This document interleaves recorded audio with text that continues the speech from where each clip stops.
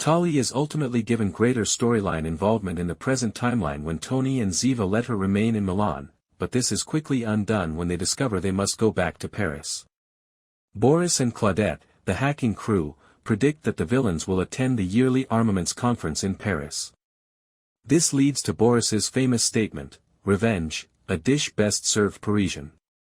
They choose to remain at Ziva's therapist's apartment since they are unable to travel to their own residences, but the only person there is his partner Archie, who also works as a child psychologist. After they set up shop, Ziva leaves the apartment to enter Martine, Jonah, and Dejan's, Velibor Topić, apartment using a traditional bullet bug. We appreciate the change from high-tech. Ziva is on the phone with Sophie talking about her love life, more specifically, Tali's statement that she doesn't want her parents to date again, while she successfully shoots the bullet into the flat. At the same time, Tony is being really honest with Archie at the apartment about, wait for it, his feelings. As it turned out, Tony only required a child psychologist and his play techniques to connect with his emotions, and the spin-off was the ideal way to do this. Jonah, who has a warrant to search the residence, interferes with their separate therapy sessions. While Archie diverts Jonah's attention, Tony is able to conceal himself and cautions Ziva to avoid him.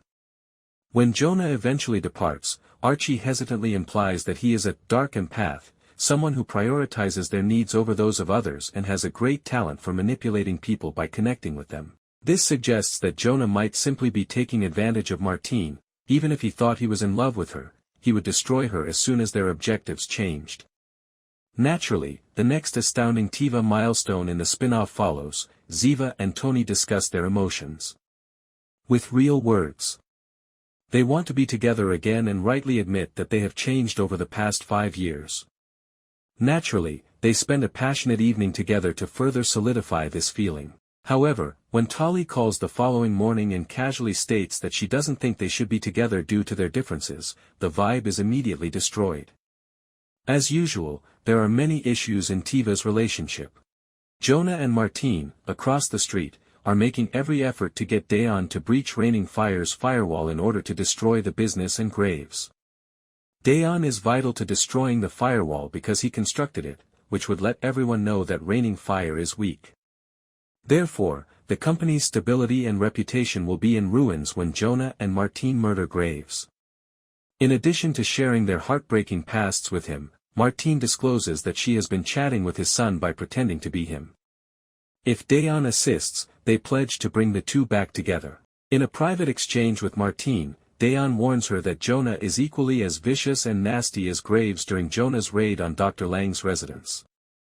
She is obviously impacted by the statement because, near the end of the show, she asks Jonah a few mild inquiries about his intentions without pressing the issue.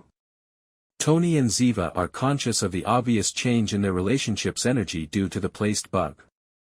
They exploit the breach between the antagonists in the final scenes of episode 7, where Ziva secretly corners Martine in the marketplace and plays the video of Tali's attack. Thanks for watching. For more updates stay tuned and don't forget to like, share and subscribe to my channel, please.